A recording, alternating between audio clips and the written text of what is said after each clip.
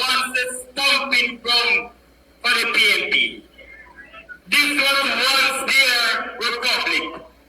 3 parliamentary seats and 14 local government seats.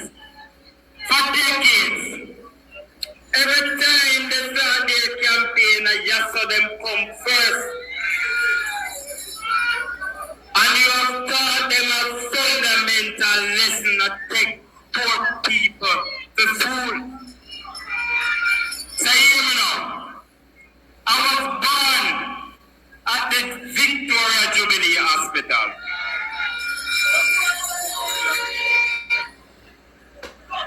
And then my mom brought me home in Almontown.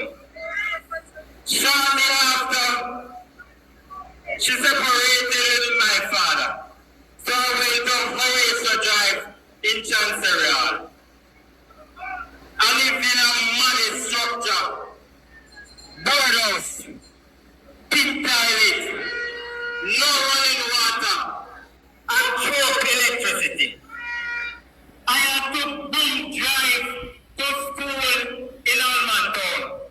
I had to big drive. I had to sit on bus. I attended 2 basic school, 1 infant, 2 primary, 1 college, 1 high school, and I continue till I have a decent education. So none of them can fool me. I am the only individual that they replace as a candidate, and they have to formally write to me and tell me why. And they have to beg me to stay the course with them. But hear me now. My bloodline is from their compound Maroons. A long time when I like slave masters.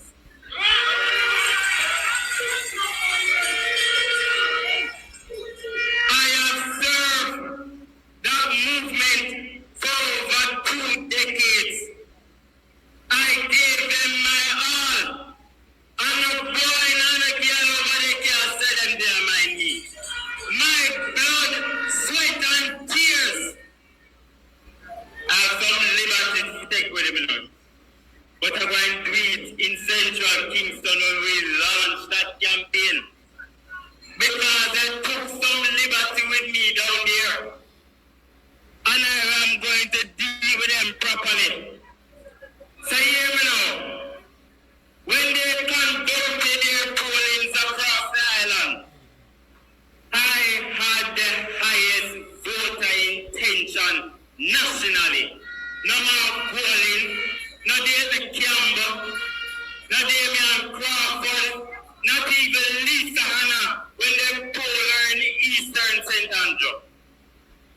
So how can you discard something of value? I look like you. I look like you. I sound like you. I am from you. I own you. Born you. And I left you. I am your picnic. And you wouldn't want your child to sit at this. I go to my interview and pass and get the work. You will be most upset. So hear me now. My situation is like the ordinary man. I grew up in an inner city community. I have no criminal record. I purchased my home in Phoenix Park and purchased 2 cars and invested in politics. And when I left, I wrapped up debt close to 30 million. I had to allow them to repossess my house and sold 2 of my vehicles so I can be financially healthy and stable again. I made sacrifices. Look, when them did I go to school, a taxi bring them to school, only champion, we know them at 10, Because when I hear about them classmates at any other school, someone wants to see them birth paper, who want to know where born. When we first ask you how much nationality you have, and you just off the plane with your wife.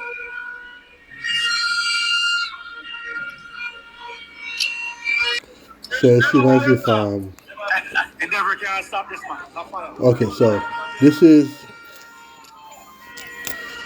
raw truth as we give you between the lines. That was Lawrence Rowe in Central Westmoreland. Well, Lawrence Rowe is the rejected the People National Party candidate for Central St. Catherine that was removed from contesting the general election coming up and replaced with a superintendent of police. The young man named is not coming up right now. The commissioner of police. Um, there's so many other videos I wanted to do. When I saw this video with Lawrence Rowe, I wanted to say, let me pause it now. You know, I usually let video run a little bit. Well, let me pause it. With this video with Lawrence Rowe, I'm telling you guys,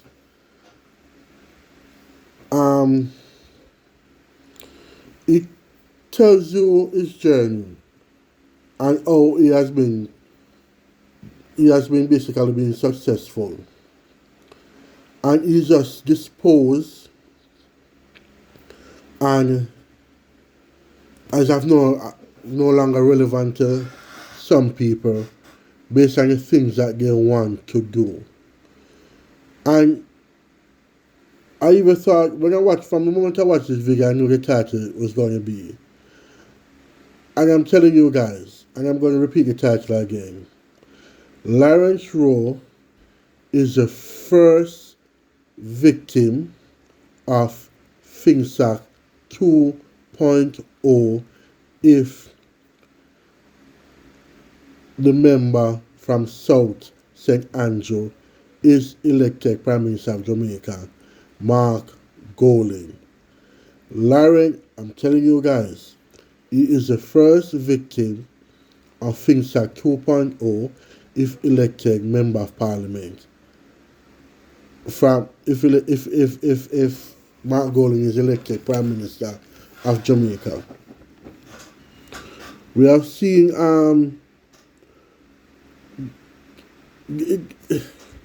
this seems to be, as they call them, the Gang of Five in the People's National Party. Angela Brownberg, Mark Golding, Gaetan Campbell, Peter Bunting, and Ian Hales. Those are the Gang of Five. And what they are doing everything and everything for political power. I just do not know why it cannot be seen. It hurts my heart when you go and watch these programs on YouTube. You know, the campaign trail. And there's some people just gonna always be dieting. But when they're not listening, and I'm going to go into something before I come at the Lawrence Rowe situation, and listen, because I make it my duty to go on any pro PNP social media, mostly through YouTube, and you would have think there's nothing going on in the country. Just the fact of the reduced debt, which Mark Golding acknowledges is a good thing, and reducing in the main indicator of crime, homicide, which Peter Bunting says has nothing to do with the Prime Minister or the JLP cabinet or government. But yet still they were the one that was asking for crime plan, and the prior failure of crime remaining unchanged was always the government fault, the JP fault. But it's just amazing, and and people are not listening. And again, I would say, remember the JLP moved from what 32 seats. How many seats Mr. owned his first one to 43, which is more square feet to look after, more constituency, more people to take care of. Because even though you say voter turnout may be low, it's still a constituency you pick up. Whereas if 12 people, vote for the JLP and 8 decided to stay home, the, you know, everybody use that same road. So the JLP cannot fit part percentage of the road. They have to fix it completely because everybody use the same road. Everybody want water. You can't run pipe and leave back some people behind. Everybody want water. And again, I'm reminding the listeners, remember these problems are coming from when the PNP was in government.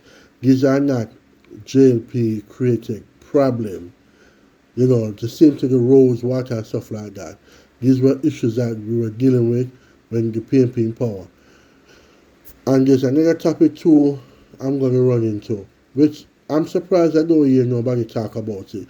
And I actually wanted to upload part of it on this video, but I said let me just stick it to Lawrence Rowe alone and what he said.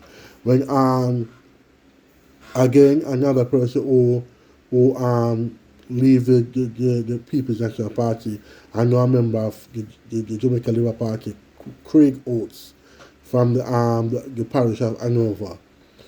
And the reason I mentioned him, he spoke about the Hanover municipality, the local government governing body in Hanover, where there's so many millions in missing funds. I think it's almost probably $1 billion Jamaican dollars in missing funds. And you talk about funds in, I think, Westmoreland, Manchester, Hanover, Kingston and St. Andrew, and I think there was another municipality that they have. And you wonder why the PNP gets so decent in local government election. Because the local government election is more of a precision type of thing where you could go more to the specific issue. Especially when I say issue, not, I mean a specific electorate and voters and find them out and get them going. And then when you know who got to vote naturally and who need a local push and who need a big push, it's way easier to do that way. So when I hear all these money missing from these local government bodies that is PNP control, you beg to wonder why they did better than expecting a local government election. Because as you can see from the Lawrence Rowe recording, money were used from the Kingston and St. Andrew municipal corporation to spend on political activity. And again, I don't want to repeat myself again, when these things are done, progress cannot be made. And these things are done for state power. It's not the love for people. It's not love for people, guys. These things are done for state power and to line their pockets where the grand wealth of money comes to them and they siphon what they want, line their pocket and trick it down a little bit to the poor and whatever people. And people have to look into themselves. This is the type of government they continue. This is the type of political culture they continue want to maintain. Because they're going to be left behind. Under the Honorable Andrew Holness, they are going to be left behind. Because this deserving third term, and yes, I would say, go with them and say third term loading, but third term deserving, when loaded, Jamaica will be enterprising. And I'm going to make sure push as far as my platform can take me. We're going to teach our citizens, the literate, the people of Jamaica, financial literacy. We're going to teach them how to do a business plan, how to make money work. So where the financial, the wealth atmosphere in Jamaica is bearable and improving. As the Prime Minister just said, we're not having any oil, we're not having any gold, Just frugal money management. Just frugal money management. That's all the country moving forward. So now the third term, we are going to get people who are not among the unemployment number. We're going to get them on the to employment. We are going to get people not just to sit there and just and with ideas. There need to be some kind of campaign to get people ideas to bring forward where they can be enterprising, open business, especially business that is not saturated in Jamaica. Unique, creative type of business. I was just watching a video the other day with a which I guess he was one of the construction worker with the Chinese firm that we hired to do the bridges, and he was showing how the wheelbarrow have multiple function. Yeah, and I'm going to give you one of my ideas. Probably going to be stolen, but it's fine, you know. And one of the ideas I'm looking forward to, a simple idea, and probably stolen is what are we doing with the hand cards? I mean, after all these years, the hand cards has remained the same. We need to revolutionize the hand cards. I know are we going to get it electrical, where you could charge it and use it? You know, where we're going to get to where the mechanics of it, the engineering of it, it takes less toll on our body to move it from one place to the other. I mean, yes, the road is improving and it's easier to push on, hand carts and certain road surfaces. You know, we have some road services still need to be taken care of, but we need to move it from there. And before I continue, guys, please like, share, subscribe. I'm asking you guys, please subscribe to get me to the numbers. We are, yes, monetized, there's nothing to hide. But subscribe if you like and to get me going. But to continue back to the video, I want to close this video again and go back to hope I finish with the anchor stuff. Sometimes when I watch my video, I realize I don't finish my ideas and I go on and on because it's all coming from the headspace. Back to the Lawrence Road situation is that it shows that these people are just there to do whatever they. It's the same thing like even Andrew Wheatland and Andrew Wheatland of the Jamaica Labour Party, the former energy minister, and other members are saying it. If you notice, the Ghana 5 and where they're putting their people, they're either putting people to replace present PNP opposition member of parliament, or putting people in seats that are usually pro PNP seats. And Lawrence Shaw is not the only person where they have a representative there before, and they dig them out of the seat, throw them out, and put in somebody who they think is easier to win that seat because that seat is a pro PNP alliance seat. And what I believe they still don't get and realize is that politics has been transformed. Mr. Patterson left a legacy where the Jamaican people no longer want that kind of politics. The handout, the undercover money, the hush money. The people of Westmoreland, they no longer a farmer concrete People's National Party concrete parish with 3 parliamentary seats, and as Lauren was saying, about 14 local government seats. Lock, stock and barrel PNP. They no longer want that kind of politics. They don't. They want to be able to go out there and speak for themselves. They want a Jamaica where they could really go out there and prosper, climb the corporate ladder, the Jamaican dream. They are looking for the Jamaican dream because Prime Minister Andrew Holness is creating the Jamaican dream without rediscovering oil. And in this situation, I could further extend myself and say, the Honorable Babs Green in our portfolio as Minister of Sports.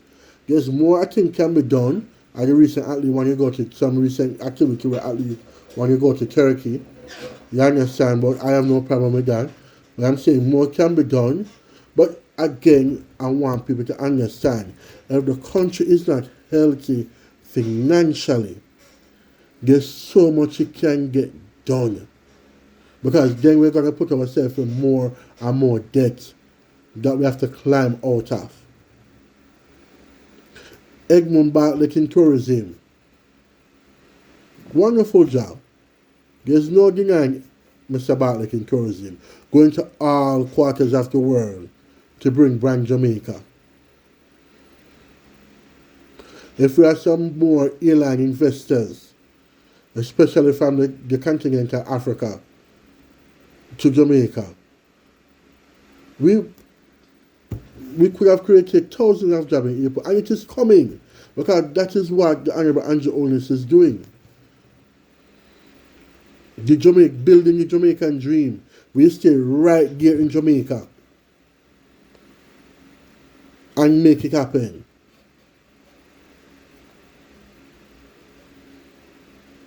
Minister of Health, tough time. That's the Minister of Portfolio I'm worried about, not what you think. Because if health continue to get better and we can get more technical equipment and more modernized way of doing medicine surgery, that's when I'm worried for my Jamaicans. Because that's one of the single most thing keeping non-Jamaicans and Jamaicans alike from coming to Jamaica and making Jamaica their future home, especially after they've done with other countries like Europe and so forth.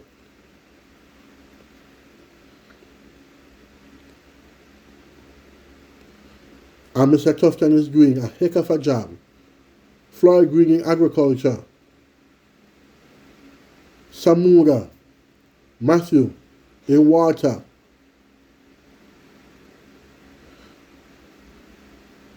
And Matthew and he's a future Prime Minister in waiting, Matthew Samuda.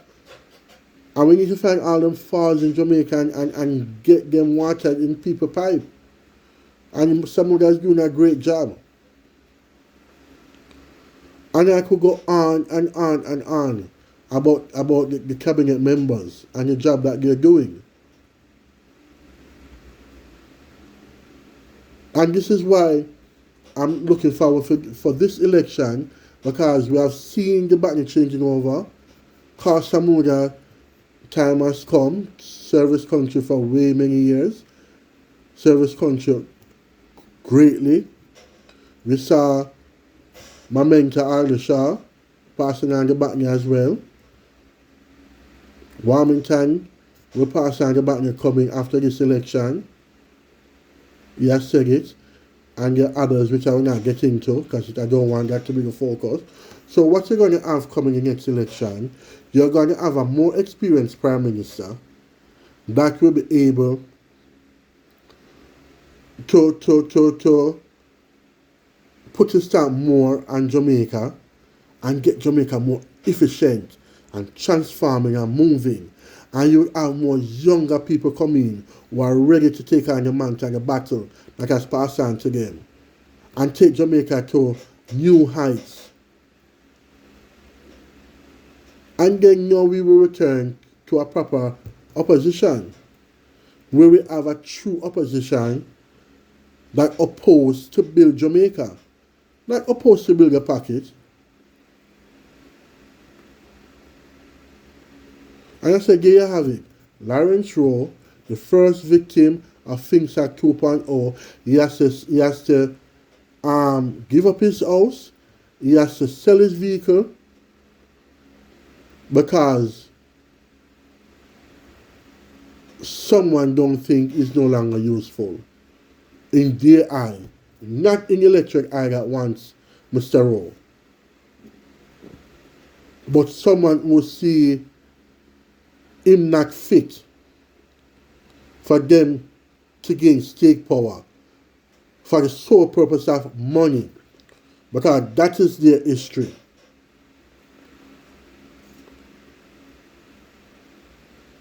Your great-great-grandparents, slave driver, through FINSAC when the country was to its knee, it's like a truck that falls on flat bridge with product, and you find yourself, first thing you find yourself to do is to help yourself to the product, not to help the person. And what help you could give the person. Country to its knee with FINSAC, you went and you take what you need to get. From the black hard-working Jamaicans. And they come with a chain on a man neck, you have the key, and represent a budget to bring FINSAC2.o again. No plan, no legacy. Nothing to show what you have for Jamaica. This is what you admit to taxes. It wasn't a budget. That's what Mr. Golding admits. It wasn't a budget.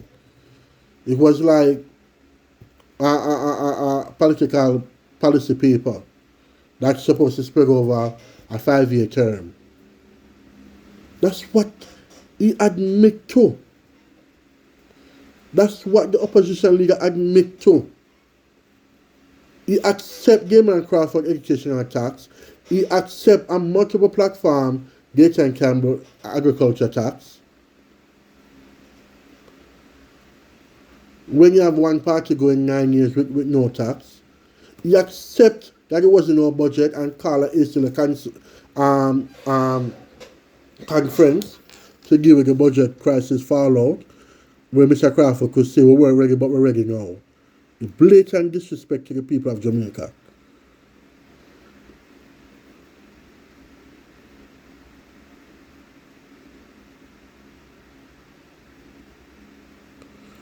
So we have to wonder, what is it that the people and some people are not, they don't want to see.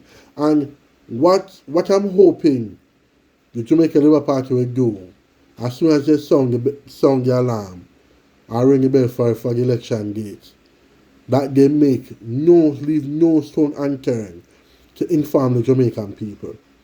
And when I said the Jamaican people are being informed, when you watch the JLP, I watch both conferences all over the nation for the last couple of weeks. But what I'm saying, from my experience and going on PNP platform, they have no interest into what's going on in the country, what's being done by the JLP. They have no interest. It's to see the result from what the JLP is doing. All they have interest is to see their party in power. Some of the same things that the party proposed is the same things that are being done.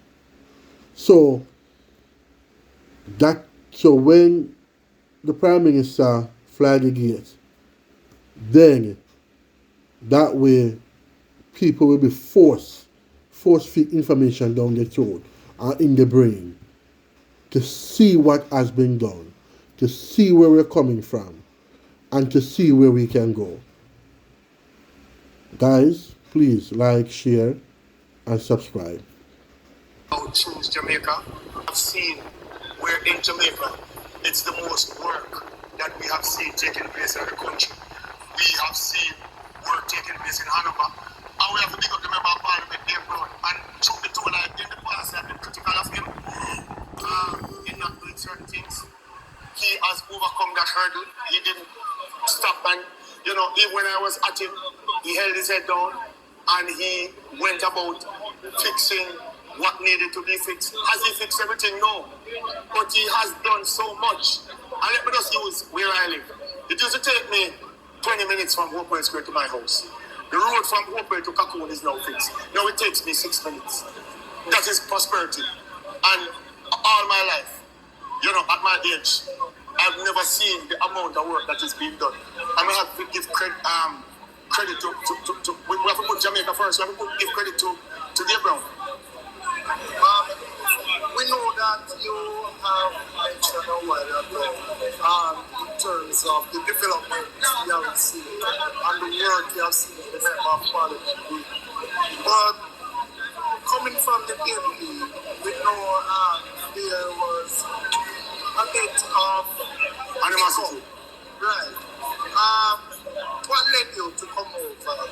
What led me to come over to the Jamaica Labour Party was that I experienced firsthand discrimination, bad treatment.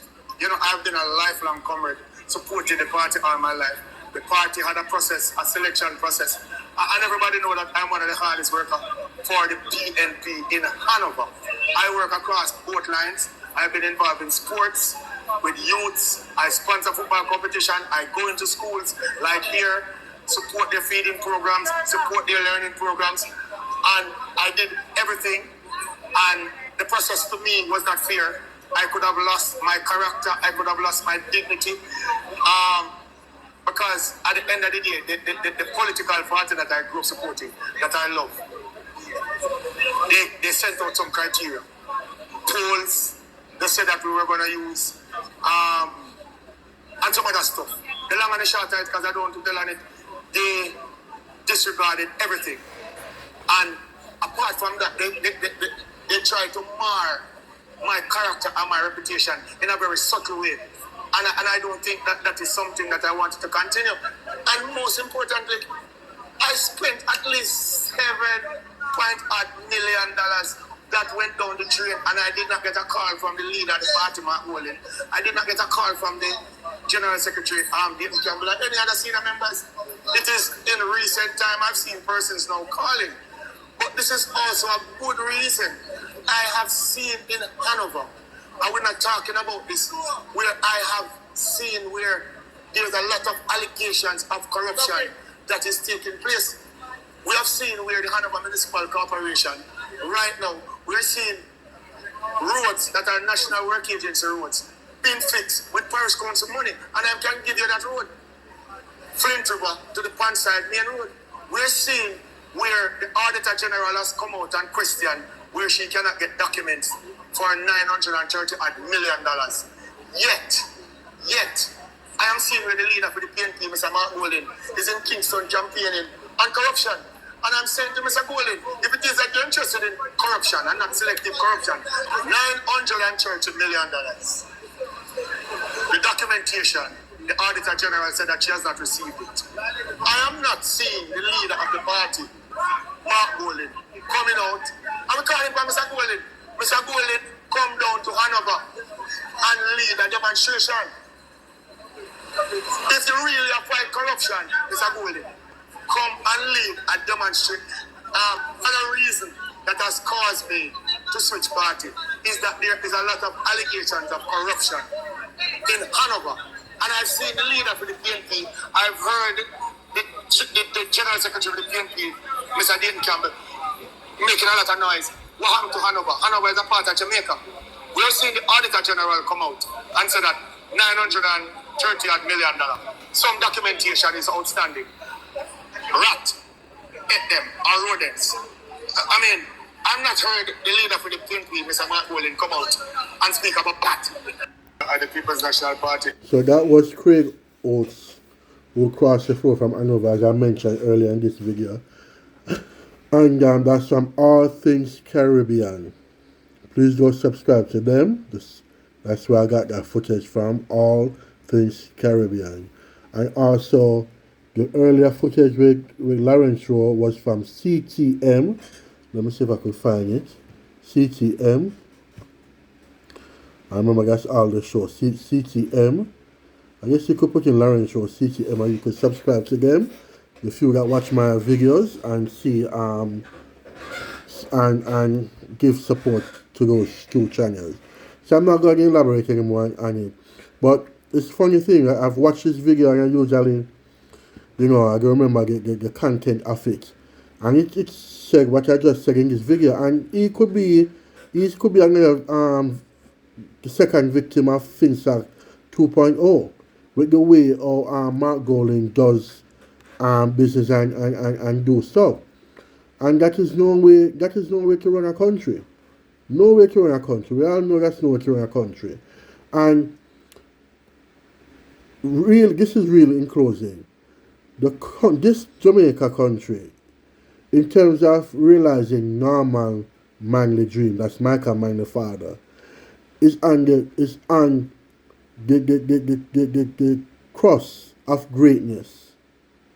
And we all must hold the Right Honourable Prime Minister Andrew Holness's hand and bring him across that line so that Jamaica under God increase in beauty, fellowship and prosperity, and then we can go back or continue to play our part in advancing the welfare of the whole human race. And remember, the reason why we're going to hold the Honourable Prime Minister Andrew Holness's hand and take him across our finish line, because without vision, lest we perish. And it's vision in terms of creativity and critical thinking, innovation, and Jamaican is reaping the benefit with care for country under the Prime Minister. And we must let that continue. Alright guys, have a good one. Again, please remember to like, share and subscribe.